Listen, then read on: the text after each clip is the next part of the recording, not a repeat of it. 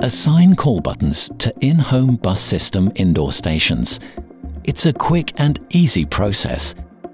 Turn on program mode on the network device.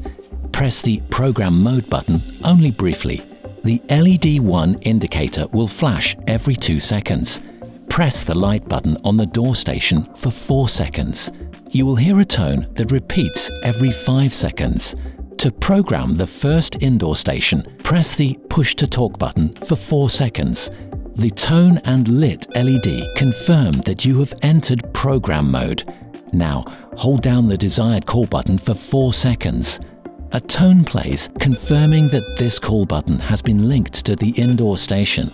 Now program the assignment to the Zeidler in-house telephone. Pick up the handset and push the light button for 4 seconds. Warning, do not hang up the handset. Hold down the call button you want to assign to the in-house telephone for 4 seconds.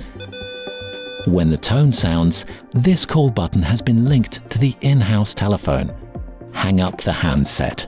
You can program the assignment of additional call buttons by following the same steps. To turn off program mode on the network device, press the program mode button for 1 second.